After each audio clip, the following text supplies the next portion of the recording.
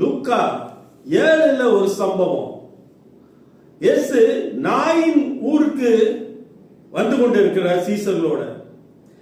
அந்த ஊர் எல்லையில வரும் பொழுது ஒரு அடக்க ஆராதனை வருது. அதுல ஒரு வாலிபன் மரித்து போயிருக்கிறான். அந்த வாலிபனுடைய தாய் அழுது கொண்டே வருகிறார். இதை பார்த்த இயேசு அந்த அடக்க ஆராதனையை என்னன்னு சொல்லி கேட்கிறார். அவள் ஒரு விதவை, அவளுக்கு துணையா இருந்ததே அந்த வாலிபன் மாத்திரம்தான்.